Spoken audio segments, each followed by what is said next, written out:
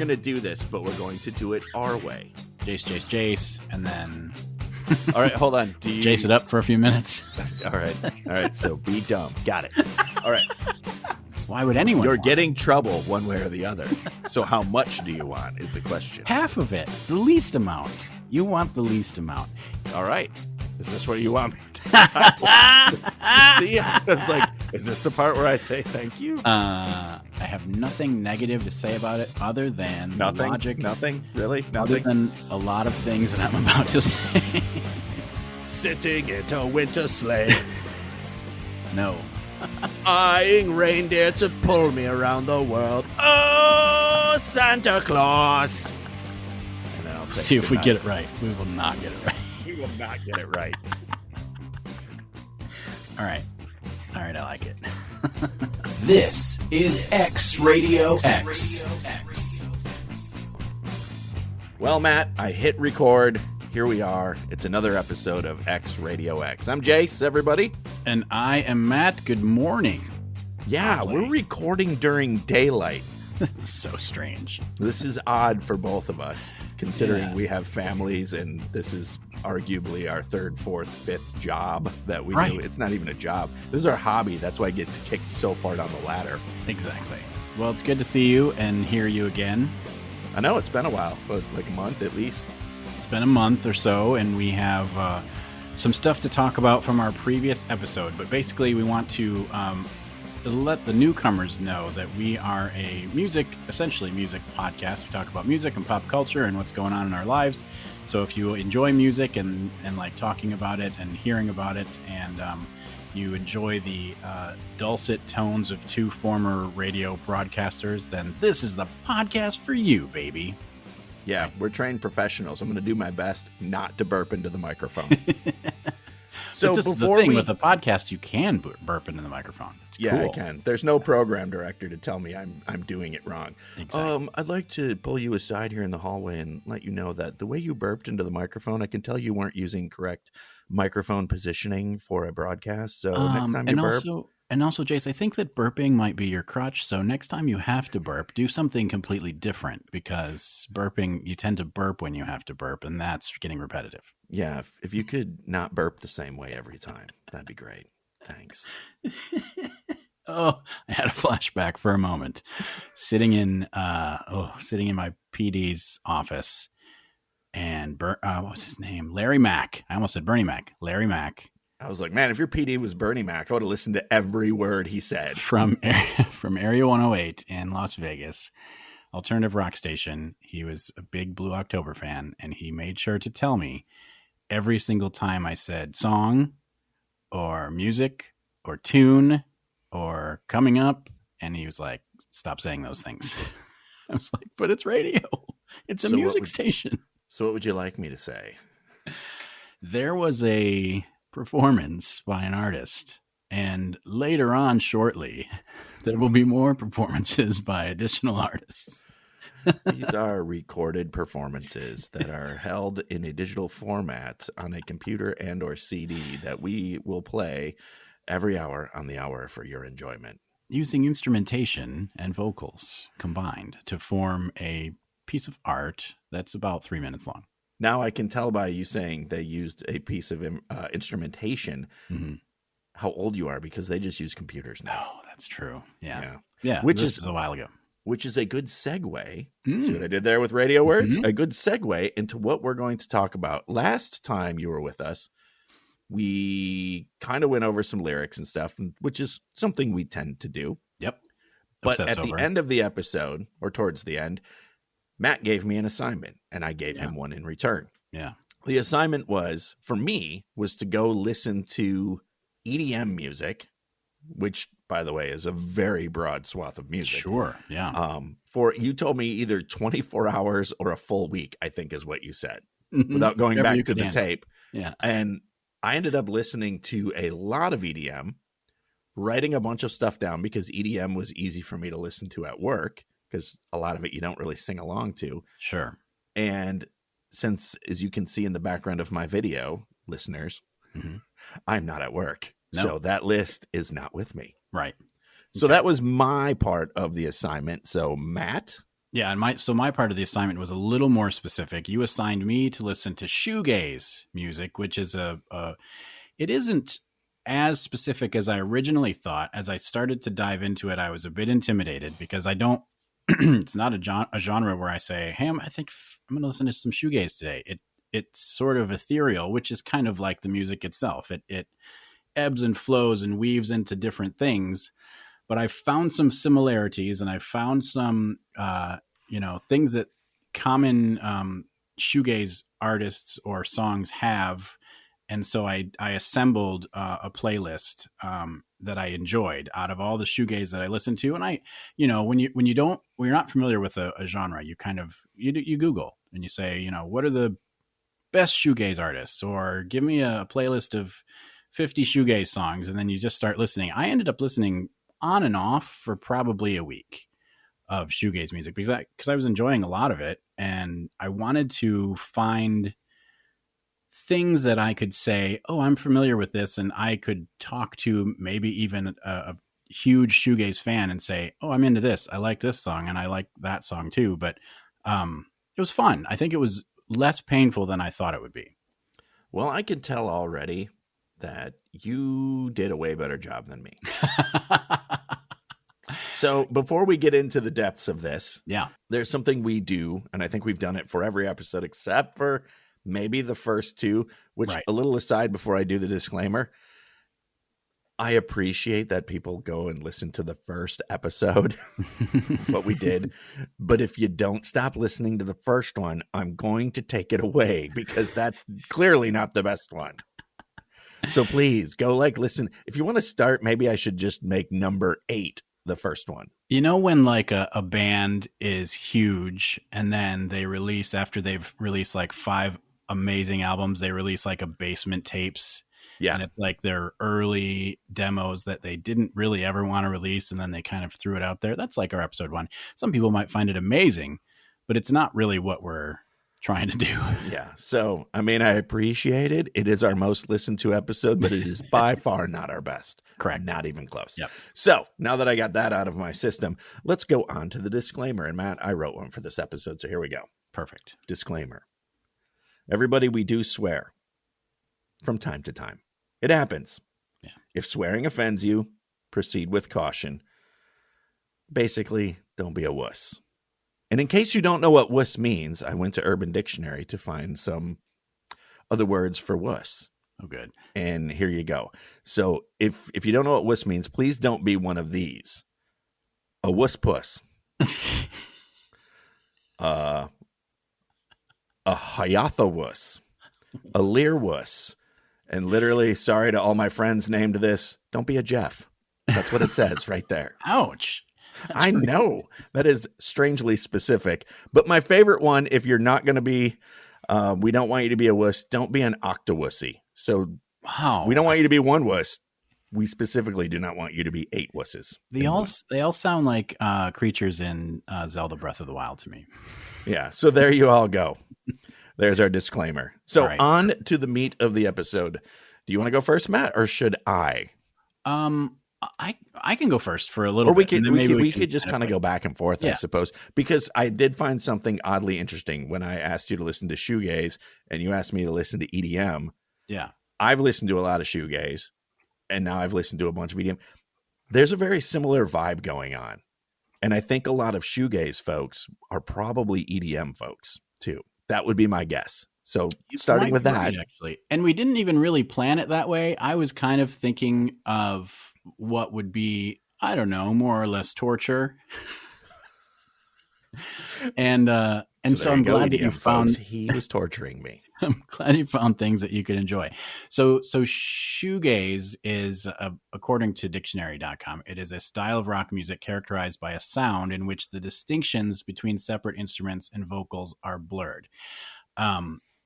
In, I don't know, more layman's terms, basically the wall of noise, the wall of sound created that I've found in my experience is that it focuses much more on the guitar pedals and creating like an oomph of music. And then the vocal is just kind of like also present.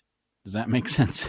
Yeah. Like and I can see that in a bunch of different shoegaze bands that I'm familiar with. There's a lot of emphasis on effects and mood. Yeah, and it's about creating like I don't want to say noise because that doesn't give it good credit, but it's because there's actually a genre called noise, which is it's about making like a wall of sound, of impact, or of melody, or whatever it ends up being. But it's all kind of mushed into together. So you don't hear the guitar and the drum and the keyboard and the vocalist as individuals. You just hear the music coming at you, which could apply to a lot of different genres. But yet they're all distinctly there when you listen to it. Yeah. Yes, that's true. Yeah. But there is a lot of effect pedal on. If it does have guitar, there's a lot of effect usually on the guitar. Like it's covered in, it's dripping with effects pedals, basically. I like the way you put that. It's dripping with effects pedals. It's oozing. So one of the things I found that there is a lot of similarity in shoegaze artists is, and this is going to sound silly, but they're really big fans of like the voiced alveolar fricative. What? So that sound when you put your teeth together and you put your tongue to the roof of your mouth and you have a lot of z or v or z, like buzzing sounds. So kind of like this. Yeah. So really? It's known as the alveolar fricative, but basically it's okay. If you like were to look at a list of shoegaze artists, most of them have a Z or a V sound in their name. Like they just chose that they're all going to have that noise in their name. So there's like Vapor Trail is one. Like that. I'm trying to think of all of these band names and none of them sound like good. Slow Dive, My Bloody Valentine. Slow Dive is like the shoegaze band. When you say, "Hey, do you ever listen to shoegaze?" Like people are like, they say Slow Dive. Yeah. But there's a lot of them that have that either Z or V in their name. And I just thought that was interesting. I don't know if that's because shoegaze has that fricative in it too. And that's kind of like people think, oh, we're going to be shoegaze. We have to somehow connect it. I don't know. But I found that interesting. And maybe if you are a linguist, you may also find it interesting. But as I was looking into artists, I thought shoegaze was a relatively new genre, and it's not. It's like pre-80s, 70s artists have been given that title. Really? And it might be like retroactively in some ways, because when they were doing it, it was just called like alternative rock or Brit pop or whatever it might have been, because we didn't know what it was called then. And now looking back, you could say, oh yeah, that totally fits this type of feel or this type of, instrumentation or whatever it may be. But like My Bloody Valentine has been out for a while, but that is by many people considered a shoegaze band. Just one example. Like the latest shoegaze band I can think of that, and there's probably a lot of people out there pushing up their glasses going, well, not exactly. Actually, that is space. The latest one I can remember that came out, and they're pretty heavy. Yeah. And they're not even really new, but it's the last one I remember listening to being told, oh, that's like shoegaze is making a comeback as a band called Nothing. But they're like, I was talking to some shoegaze folks, and they're like, no, Nothing is like on the heavier end. That is, I guess technically it is, but it's not. They're like, that's not what we listen to.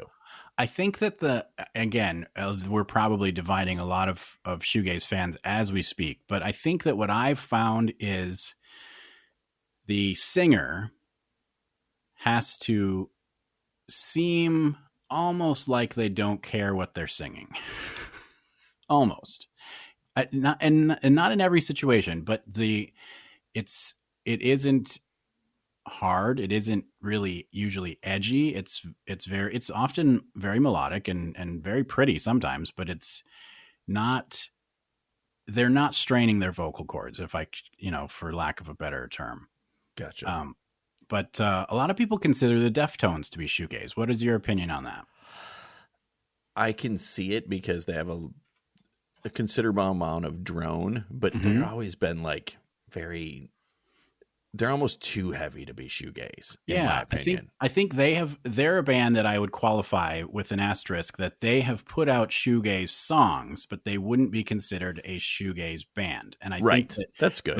When I put together my playlist, and we'll post a link on Spotify, but when I put together my playlist, it combined a lot of artists who have definitely released shoegaze songs, but their entire catalog, you wouldn't necessarily be able to qualify them as shoegaze. I've got a great example for you. Sonic Youth. Now, Sonic Youth, they're not necessarily shoegaze, but they've got some stuff that is right in that target of shoegaze music.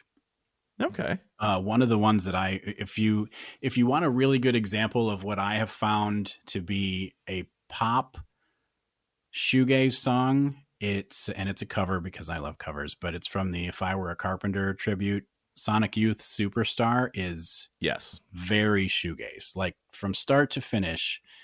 The noisy guitars, the slight feedback, the again, I keep saying this and I don't mean to misuse the term, but that wall of sound that just kind of it fills your ears, and it's just like you hear all the things coming at you at once, and it's a good song too. But so that's one of the ones that I thought not necessarily what everyone would consider shoegaze, but I think it definitely qualifies. So out of curiosity, is Mazzy Star on your playlist at all? I love Mazzy Star. It wasn't on my playlist because to me, it seemed more like a traditional, it didn't have that sort of oomph. It didn't have that pedal driven guitar that was kind of what I was associating with more shoegaze, but I love Mazzy Star. I mean, they're probably, I would think, because they fell in a lot of lists that I was looking at and listening to, but I think they fall into it because of their lead singer more than anything else, because of the way she sings. If you think of the song "Fading to You," I think that's the name of it. Yeah, that would have been like it would have been like a gateway song to get you in to listen to other ones. Yeah, I could see that. Another one that is sort of a gateway that people might not consider. Everyone knows the Smashing Pumpkins, but there's a song by the Smashing Pumpkins called Mayonnaise. Again, has that fricative Z in it, but it's definitely a shoegaze song. I don't think Smashing Pumpkins would be considered a shoegaze artist, but they have plenty of shoegaze inspired type music. Plenty of music from Smashing Pumpkins would qualify, but again, that's one of those tricky things. Like it made me look at songs and artists from a whole different perspective, because until we kind of sat down and said, we're going to listen exclusively to this type of music, I never really thought of any bands. Like if you just were to say, what style of music is Pearl Jam, for example? Well, I mean, they're a rock band, but they have done so many different things. They've done songs with ukulele. They've done, they have a wide oeuvre of stuff. And it's hard to say, well, they are just this kind of band because they've done a lot of different things. So it was kind of interesting, Yeah, because a lot of shoegaze falls into the dream pop world too. Yes, and some of the stuff on my playlist, and I'll just read through it really quick, would also be considered dream pop. So you have to kind of, forgive me for tiptoeing into other genres. But Beach House is a band that I've liked for a few years, but they have a song called Space Song, which is definitely dream poppy. But that's a good shoegaze song. Hum. A lot of people consider Hum shoegaze. I just like Hum. I like Hum a lot. Yeah. And Stars is the one I put on the playlist because I just love that song. Oh, of course you did. You normally pick a popular one. I love that song. It's so good. It's really good. If you haven't heard Stars by Hum, you need to give yourself a moment. It is fantastic. And then come back. They're one of those bands that we should have had them in. They should have been bigger. No, I think we did have them in. They should have been bigger than they were. They should have been, for sure. Jesus and Mary Chain were on my playlist. Just Like Honey is a great song by the Jesus and Mary Chain, and that was a pretty popular song as far as like the Jesus and Mary Chain got. But of course, Sonic Youth Superstar. Ride had a song called Vapor Trail, which I really liked from their Nowhere album. My Bloody Valentine Soon. The Pains of Being Pure at Heart, if you're familiar with that band, they have a song called Belong that I really enjoyed. I did include the Deftones, Rosemary. I've got a song. That's fine, I suppose. I love their covers album, by the way. Oh, but anyway, I'm getting off topic. Nothing has a song called Dig, which I really liked. And you mentioned Nothing right earlier. Yep. Dig was a good song that I found by Nothing. Slow Dive has a song called When the Sun Hits, which is I'm familiar with that one. Souvlaki album. Mogwai.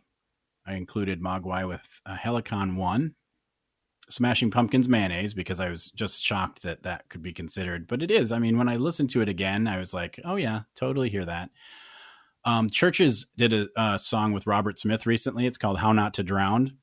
Yep, and Churches runs that one. That's a good one. Churches is getting close to like dream pop too, or just straight up pop, but they do have the same elements of shoegaze, so I included them. The Drugs Don't Work by The Verve. I think that's an awesome song. I'm trying to remember that one. Well, I'd play it for you, but obviously you can't hear it. So you'll just have to trust me. I guess I'll have to go to YouTube and look it up. And you know what? I included Neutral Milk Hotel on my list because when you think of some of their music and how the instruments all like blend and form this sonic like blanket, I think I put Where You'll Find Me Now by Neutral Milk Hotel. It's off the On Avery Island album, and it's really a good song. If you are not familiar with NMH, you should check them out because they're cool. And then, you know what? We had a conversation about a couple days into my shoegaze listening where you had mentioned, hey, did you listen to anything by the Sundays yet? Okay, I was waiting. I was wondering if you were going to bring them up. I said, "Oh, I didn't even think of the Sundays," and so I started listening to the Sundays. And yes, I do think that it kind of straddles the genre of shoegaze and just kind of catchy pop. But I did include Here's Where the Story Ends because that song is so good. Yeah, that was the one. I don't know any other songs by the Sundays. Yeah. I mean, I've heard their more of their music, but Here's Where the Story Ends is so good. Yeah. And you would know. Can you believe it's from 1990? Yes. Yeah. You would know other songs by them if you heard them, but didn't they cover Wild Horses? Maybe. I think they did. I could probably find that out really quick. I might be thinking of a different artist, but I think they covered Wild Horses for that Marky Mark movie soundtrack. Marky Mark? What? You know, the one where he tries to kill his girlfriend on a roller coaster. Oh, wait, I might be mixing the scenes together. Marky Mark tries to kill his girlfriend on a roller coaster. Well, let's just say something happens on a roller coaster, and then later he tries to kill her, but I don't think he tries to kill her exactly on the roller coaster. Is that where he's like the creepy date? Yes. Yeah. I think Wild Horses by the Sundays. Or is that Sixpence None the Richer? No, it's by the Sundays because it was on their album Blind. Yep, there we go. Okay, I got another song by Nothing, Something in the Way, which was a Nirvana tribute album, so that I had to include that. I was doing my due diligence, and somebody mentioned that the Velvet Underground, I Heard Her Call My Name, was a shoegaze song, and I listened to it, and I think I have to agree. So I did include some Velvet Underground, which is definitely an older song. I would say whether they're considered shoegaze appropriately or not, they're definitely influential because they're kind of cross-platform influential. Yep, I agree with that. And then another Jesus and Mary Chain Head On, and then the Stone Roses, I Want to Be Adored, which is just a cool song and I think fits the bill. But it's another song that you may not necessarily consider shoegaze, but if you listen to it with a bunch of shoegaze songs, you're like, oh yeah, I totally hear the connection here. So that was my Stone playlist Roses. of 24 shoegaze songs. I would listen to this again without being forced to. So I think that tells you something.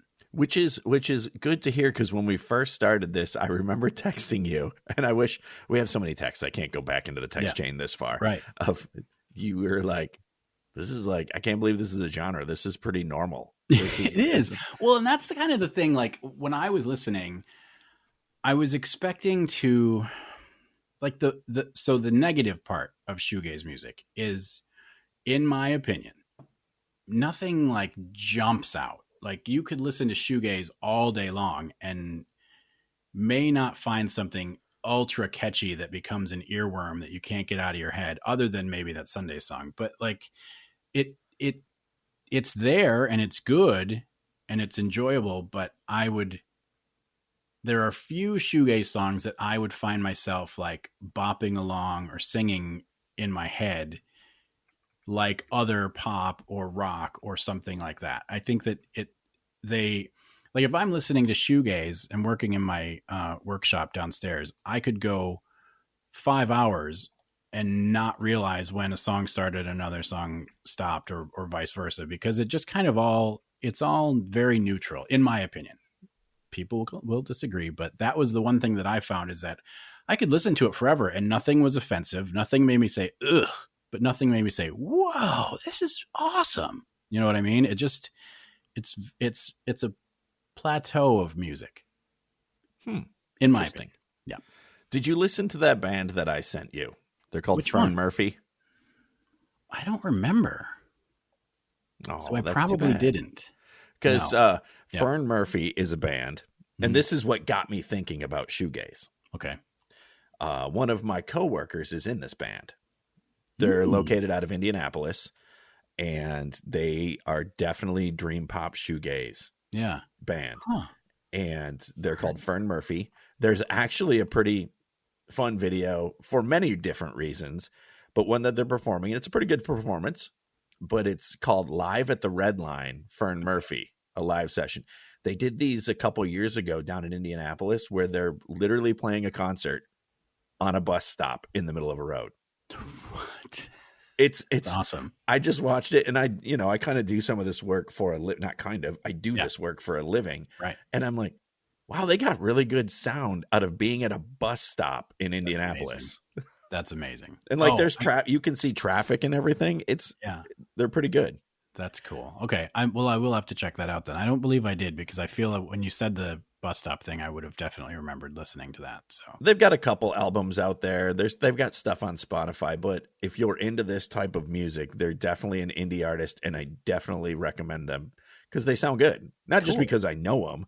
I work with 2 out of the 3 guys in the band. They're a 3-piece. I think they got a singer, another person now, so they might be a 4-piece or a 5-piece. I don't know. They're making some changes, but 2 out of the how many are now in the band, I am coworkers with. And are any of their last names Fern or Murphy? I don't believe the ones that I'm familiar with. No, neither one of their last names or first names, maybe their middle names, I'm not sure, are Fern or Murphy. It's weird because my middle name is Fern. And mine's Murphy. How odd is that? Maybe there's a cosmic connection we weren't thinking of.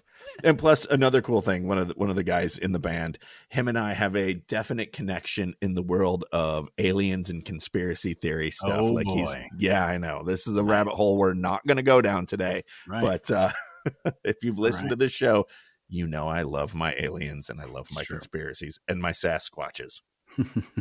Because Sasquatch is an alien and a conspiracy theory, so you can see how it all pulls together. Alien? Is that true? Well, there are some theories that Sasquatch is a multidimensional being, which, if you're playing fast and loose with the term, is an alien. Yeah. All right. Sure. Yeah. I could see that. Okay. So that actually seems more plausible. Yeah. We dipped a little bit into all right. Just a little aside, folks. Matt and family were on vacation this past week. Yeah. And I got a text from him. He said, my boys said I had to send this picture to you. Yeah. And it was Sasquatch's butt. It was a life-size Sasquatch's butt. It was. I model. It was. Yeah. And it was huge, and I got a good laugh out of it. My response to Matt was, well, it looks like somebody's been doing their lunges. Because Sasquatch had a tight ass, let me tell you. Did, yeah. It was impressive. I guess if you're a multidimensional being and you're doing all that work, gallivanting between dimensions and having to, stay away from everybody, you gotta stay fit. Yeah. Yeah. True. And nobody wants a dumpy Sasquatch. Let's be honest. Put that on a t-shirt. Nobody wants a dumpy Sasquatch. So EDM music. EDM music. I'm going to feel pretty bad because you did way better than me. You must have got way better grades in school because you understood the assignment, as they say out in the. That's not overused at all. Matt understood the assignment. Yeah.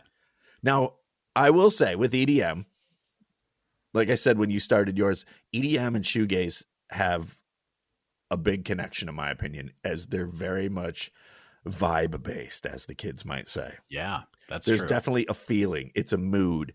Yes. And I mean, you could say that about any style of music, I suppose, but really with these types of music, I can really see it is more focused on the mood than it is, I feel like, anything else. And especially when you get to EDM, because EDM songs, like if you wanted to make what people would consider, or I guess what most folks would consider a traditional EDM song, sorry, EDM folks, it sounds like bleeps and boops along to a banging rhythm. Yeah. Right. And the beat drops. When the beat drops and there's I swear it's a music genre that was built for mixtapes because they just cut out like parts of movies and TV shows and comedy bits and they'll just like drop them in the middle and they'll be like, hey, that fits in there. I wish I had a specific example for you. And I'm sure I did 2 weeks ago when I was really thinking about this, but I don't at the moment. Yeah. So I have questions. I'm sorry to interrupt, but I have questions. No, feel free. When you were listening to the EDM music, did you find, because one of the things I mentioned to you is you could probably listen to one song for 24 hours versus having to come up with many songs. Did you find that EDM music tends to be longer each song in general than other genres of music, or is that just a misnomer? Amazingly enough, in the songs I was listening to, they were very much songs, 3 to 4 minutes, maybe 5 at the most, and they were done. Huh. Interesting. So the beat has to drop at like minute 1.5 or something. I found in the songs, like the beat, it was almost like a chorus, maybe. That was like the beat would drop every once in a while, and that you could almost assign the verse, chorus, verse to everything. But where I noticed that the beat drop was super important, where it was, you had to have it, otherwise, why were you even there? Was at festivals. EDM festivals are something to see. Well, that's another interesting fact. So that would lead me to believe that in a festival atmosphere, like if you take a Fish album, their songs are longer, but their songs don't really tend to cut into like 10, 15 minutes because it's an album. But if you see them live, their songs are 48 hours long. Yes, they're very long because everybody has to cut a solo. So, a really long solo. The bass player, the guitar player, the mandolin player, the banjo player, the pan flute player. You see where I'm going. The drummer, the second drummer, the bongo player. Everybody's cutting a solo. Second bongo, right? Exactly. Third bongo. So it seems like EDM might have a similar situation. Whereas if you see them live, prepared to hear one song either last forever or seamlessly blend into another song so that the dancing never has to stop. Maybe. I think that's a take. We'll go with that. It's definitely a take. It is a take. It's one of those, when you call yourself a DJ, when you say that you've been a DJ in your past life, it could mean one of 3 things. It means you were either on the radio, in our case. It means you were a DJ, like doing weddings and bar mitzvahs or whatever like that. Or it means you were a club DJ. And the club one is one I never did. I did the other stuff. Like I've DJ'd events before. You DJ'd a wedding? Not a wedding, but like different parties and stuff like that. Just like where you're playing music to a group of people who are not there to get their groove on necessarily. They're there to mingle, have dinner, whatever. I've done that, but I've never done the club one because I think it's a completely different beast where you have to beat match and keep the crowd energized and things like that. Like it's a different thing. Yeah, there's a guy out of, I cannot remember his name, but I've done tons and tons of corporate events in my life. Let's call him Ed. It's Ed. I think his name is, if I remember correctly, it's Brian. His name is Brian. He's out of Atlanta. Mm-hmm. He goes by BAW1. The funny thing is when you talk about DJing events and stuff, yeah, this dude was an old school because he's older than me. Yeah, you would never know it by looking at him though. He looked way younger. He took way better care of himself than I did. But he would do events for some of the big companies I worked for. Yeah, and his whole collection of music, like if you looked at it, was done by BPM, beat per minute. Oh, yeah, and he would MC and cut the songs together like a traditional discotheque DJ at these corporate events. I'm impressed by that. Fantastic. Yeah. Yeah. That's something that I've never and this is a little inside radio bit for you. When you program a radio station, you put songs into a computer that do ask you, and some people don't bother with it, but they do ask you what's the beats per minute or what's the tempo, and you have a sliding scale of tempo so that when the computer blends songs together to fill a radio hour, it doesn't, train wreck songs butting up against each other that are too dissimilar. And so you have to be aware of that. But I've never been in a situation where I've had to very few times have I been in a situation where I've had to mix two songs together to get the beats lined up that way. It's a skill. I mean, kudos to the people who know how to do that, like on the fly in a live setting. That's impressive. Yes, I agree. But back to the EDM world. Yeah. So I did listen to a bunch of it. Mm-hmm. I actually even went to my coworker, and her name is Caitlin. Hi, and Caitlin. She goes to all kinds of these EDM festivals. Oh, goodness. She was my touchstone that I was like, is this EDM? Yeah. Is this EDM? She's like, yeah, those are. And some of those songs were, oh shoot. I'm pulling it up here because while you're looking, I have a question for Caitlin. Okay. Caitlin, why do they not have rechargeable glow sticks? Why do you just have to use them once and then they die out? Shouldn't someone invent a rechargeable glow stick? They have, Matt. No. Do you want to know that the was rechargeable my get rich plan? You want to know what a rechargeable glow stick is? A phone. A flashlight. But you get those phone things is too. And you crack them and they glow and they last for a few minutes and then they stop. Someone should make those that are just rechargeable. That's not a flashlight. I'm telling you. I still think I can make some money off this. I think you could too. But so going back and forth with Caitlin, I was like, is this EDM? Is this EDM? And she's like, yes. Like some of the artists, one of them was called Illenium, which I think a lot of people are familiar with if you're in that world. Okay.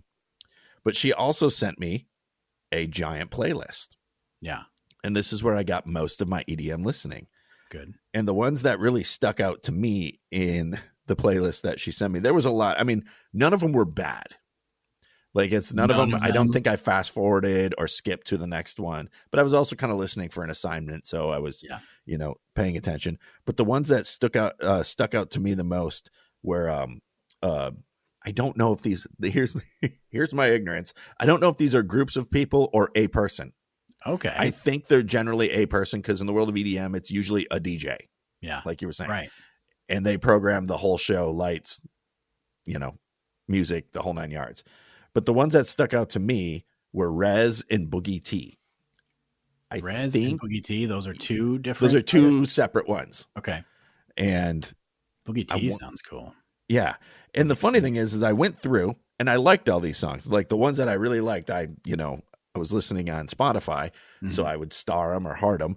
Well, guess what? Spotify updated and all that shit's gone now. So I couldn't tell you the ones. Spotify, you dirty. I know.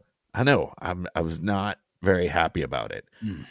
But if you're also listening to EDM and you listen to pop radio, a lot of stuff that's on pop radio is EDM.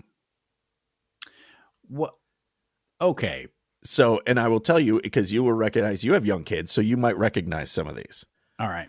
There's an artist named Tiesto. That one you might not recognize, but I think they identify as her. So I'm going to go with she. Okay. Has some good songs. 1035 is one in particular. That's pretty good. That's a duet or a mashup. I don't know what the hell you call it these days. The old parlance doesn't equal the new anymore. So I'm just going to be old for a minute. All right, cool. It was a duet. We'll go with that with Tiesto and Tate McRae.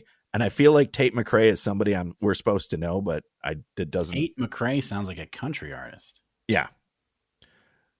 There's another person. This person has been all over the place. Now I'll be surprised if you don't know who this is. David Guetta. Oh yeah, I've heard of him. All over the EDM stuff. Fingerprints everywhere. Yeah. I don't know if that's good or bad, but he is. But there's one with Oliver Tree and David Guetta called Here We Go Again. And I listened to it and I'm like, I swear I know this song. And there's one that's all over the place right now. And this person actually performed at the halftime show for the Detroit Lions Thanksgiving Day football game. Okay. And it's BB Rexha and David Guetta. Wait, I know BB Rexha. Somehow. Yeah, and I don't know if this is a cover or what, but she's doing I'm Blue. It's a Pitbull thing. It's one of those Pitbull songs where they take a popular song and they change it, but they keep it the same enough that you want to listen to it. Because it's like about I'm gonna have the best freaking night of my life. Yeah. So instead of saying blue dabba dee dabba da dabba dee dabba da like the original, she changed the words to be I'm gonna have the best time of my life. Yeah, I've heard that one. It's what Pitbull does, and then he throws in a woo woo, and then it's a new song. And if I'm being completely honest, I hate that song. It comes on the radio because when I'm like driving the kids to school and stuff, my daughter in particular loves the pop station. My kids actually listen to radio, so yeah, good. I'm trying, and she loves the pop station because she's 13, and of course she does. And that song is on. Even she doesn't like that song. She's like, "Ugh, Dad." Next, no. That song's so mid. There's one for you. If it's not good, it's not bad. It's mid. Wow. Yeah. Interesting. So now I say things are mid around the house, and she just rolls her eyes at me. You're not doing it right, Dad. And then she laughs, and she'll tell me I can't even remember the other slang, but mid is the one that sticks out because she had one of her friends over, and they were both talking about, they're on the volleyball team that they're on. And she's like, well, so-and-so and I were like, we're not good. We're not bad. We're mid. Mid's okay. And then other things were mid. So then I started saying mid. And then that's not cool when Dad says it's mid. No. But then she eggs me on because she's, my daughter. Of course. And then laughs at me. Where was I going with this? You were saying that there was some EDM that's pretty mid. Yeah, there is some. But there's also like a lot of EDM that people probably would remember from back in the day. And by back in the day, I mean like the late 90s, early 2000s. Yeah. Do you remember a band called Dirty Vegas? Days go by. Yes. That song, in my opinion, is definitely EDM. So funny story about that song. We played that at Sunny 102, but the original that was in all the car commercials and stuff was a little too EDM for Sunny 102. So I found the acoustic that they released, and we played the acoustic, which is also really cool. I didn't even know there was one. Not EDM. So now when I think of that song, I think of the acoustic one. And at first I was like, well, what are you talking about? That's not EDM. But then I remember the actual single that was released is definitely an EDM song. Yeah, I agree. Good song. Then there's like in the quote unquote classics world, there's Avicii. Do you remember hearing? So wake me up when it's all over. That's the exact song. Yeah, that's the exact song that popped up. Yeah, I know that one. There's also, if you want to talk classic EDM, and I will put together a playlist too. Let's see, Kraftwerk. A lot of people say like that's the first EDM. And this is a point of discussion too, but a lot of people will point to Devo. in the EDM world because they were a rock band. I mean, we all know who Devo is, but if you listen to what they were doing and the rhythm and kind of, I hate to say this again, but the vibe they were giving off, they were like nerds.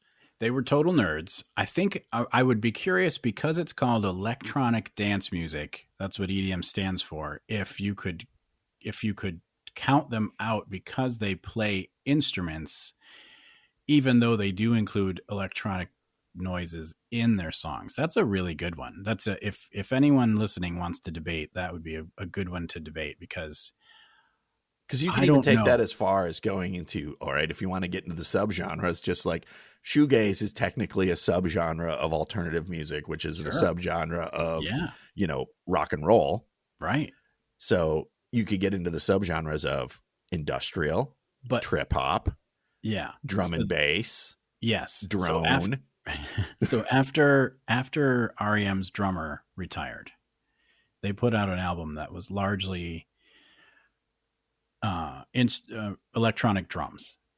It was not a good album, but it could theoretically qualify as some of them. If it was more upbeat, what I'm trying to say is if a band plays their instruments, could a Pearl Jam, again, to use their example, could an REM, could a Rolling Stones release EDM music? Would it still be the Rolling Stones because they would be using electronic instrumentation instead of their standard instrumentation?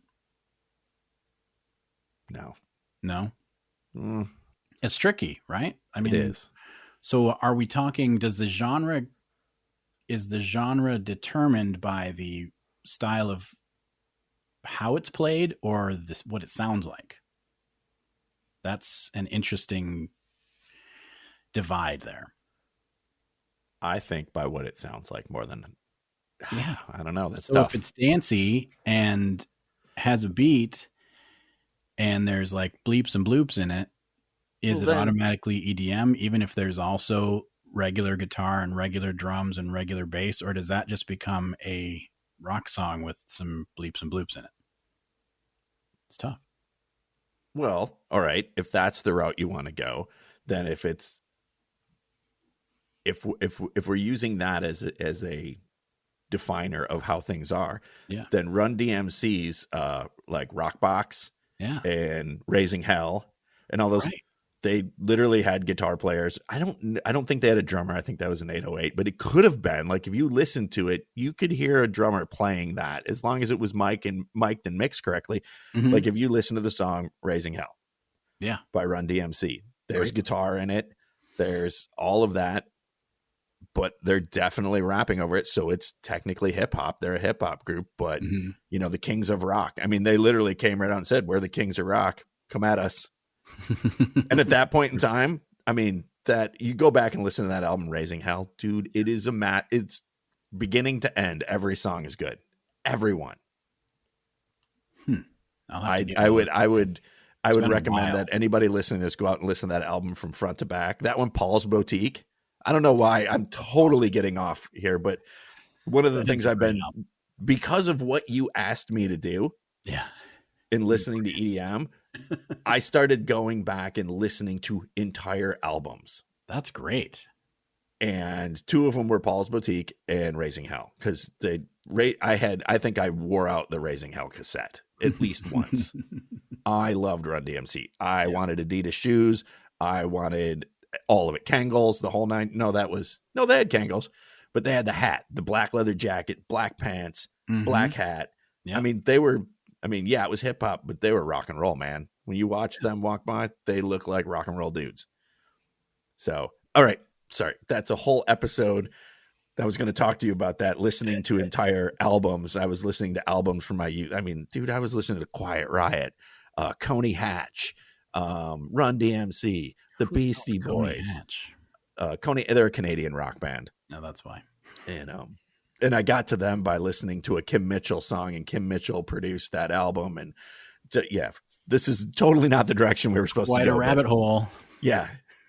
I didn't want to go down the Aliens rabbit hole, but I'm going to go down the albums that I've been listening to rabbit hole. And the funny part about it is all of these albums I mean, I listened to Winger's Self-Titled, and I think that was the newest one. And they were either 88 or older. Wow. Not 88 years old, the year 1988, right. if anybody listening. There's a few young folks out there going, we knew you were old, Jayce, but I didn't know you were that old. I didn't know you worked with Marconian radio.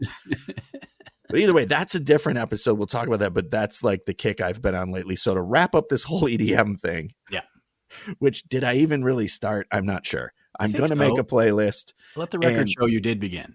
Yeah.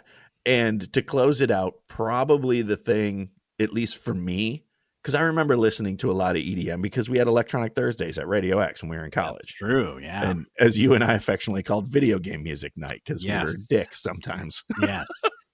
I'm and Mark Bromer and the Bromers. The shows of people that I was friends with. Yeah. The Bromers by Mark Bromer. He was the one that I remember most on that. He was the first person I knew that was just into electronic music almost exclusively at that point in time. Mm-hmm. So, but I would be remiss if I didn't bring up the group person, DJ, whatever you want to call the person who brought me back into the EDM world was Deadmau5. Yeah. Okay. Or as I thought he was called, I'm not sure, as the mouse was called, I thought it was Deadmau5. Because I didn't understand how they wrote it out because I'm old and, but I think Deadmau5 actually is better than Deadmau5. So, there's my hot take for the day. What's a dead Mao though? Like that doesn't. What's an EDM? Who knows, Matt? It's a weird universe we live in these days. Everything you thought was real is not real anymore. And everything that's real is totally not real. So good luck, everybody. Until the beat drops and then it goes all back to normal. Oh yeah. And that's where like Deadmau5, when that beat dropped, and it was that, there was a specific type of electronic music that was called, and I can't remember. Either way, y'all know who Deadmau5 is. So that's how I'm wrapping it up. All right, great. It was. I think I did just like most mainstream media, which I'm not even exactly sure what that is anymore. But what mainstream media is, I totally did a story, gave you absolutely nothing in it. I learned a lot, though, actually, about you and about how easy it is to get you off on a tangent of something completely different, which is fun. Welcome to my life. This is how I wake up. Today, I'm going to do the taxes. Hey, there's a keychain over there. I wonder if my car's running correctly. Oh, I'm in the car. I should probably go get some coffee. Oh, this is a good podcast. Hey, I better stop over at Menards. I think I need a light bulb. What was I doing when I got up 5 hours ago? Oh, yeah, I got to do my taxes. I get home. Oh, I'm kind of hungry. Let's make some dinner. This is and then 6 days later, I just give the taxes to Amy and they get done. Oh, I was going to say, you did get to the taxes, right? Yeah, the taxes are all done. I'm good. Thank God she's around because I need something that corrals me in every once in a while. 100% agree in my case as well. But so all right, well that was cool. I think that each of us learned about the genre we were forced to listen to, and it didn't seem unpleasant at all. No. And if you're listening and not familiar with shoegaze or EDM, then those are some things for you to try to dip your toe in and see if you enjoy it. Jayce, I think we could probably put the links up for the playlists. Yes, that's going to force me to get a playlist done. I will whip mine up and we'll put them in. We'll put them in the description of the show. For this episode. So and if you want to hear what we were listening to and what we suffered for our art so that you wouldn't have to, then you can check out the playlists that are linked in the description. Coming up, what are we doing coming up? Well, there's a lot of things we could do. We could talk about the albums. Like I was just that would be good. I would love to listen to an album, a full album and talk about it. We should definitely do that. I want to get another interview going though, too, because I loved. If you're new to the show, we started basically because we worked in college radio together and then moved on into professional radio jobs.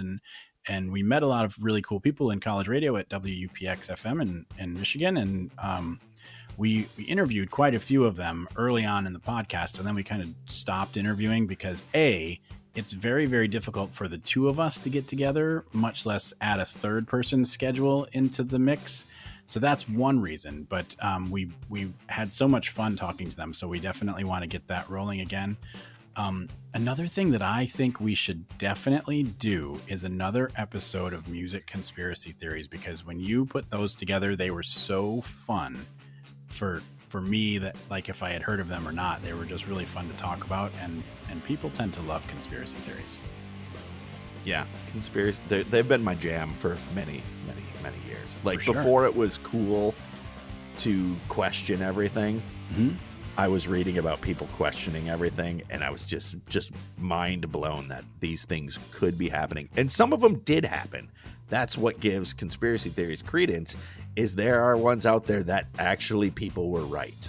Really? Yeah. Well, I'd be interested in those. The government LSD trials, people were saying for years and years that the government was, and then they actually were behind them. The men who stare at goats. That's a whole part of another conspiracy. The men who stare at goats. And there's, I think it was called Project Mockingbird. These were all like in the 60s and 70s. Yeah. And So we'll try to make them music related, though. did you know that Stevie Wonder isn't blind?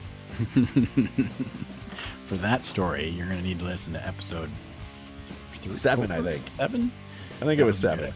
Yeah, so check out some of our back catalog while we someone on Twitter calls themselves, so I'm on Twitter all the time, and they call themselves an occasional podcast, and I thought, oh, that's kind of appropriate. Yeah.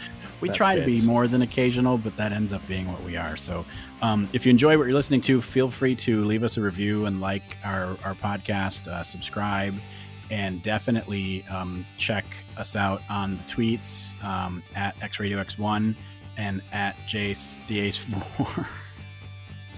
Because there's 3 other ones, Because there's apparently. 3 other Jayce the Aces, but you are by far the coolest. I don't see any tweets by the other Jayce the Aces. I'm actually going to hunt them down now. We could get into what we've been listening to lately, but I think you've heard enough about that. Yeah. So I think we should just say, leave well enough alone, and we'll end this episode. Thanks for listening. Boots and cats and boots and cats and boots and cats and boots and cats and boots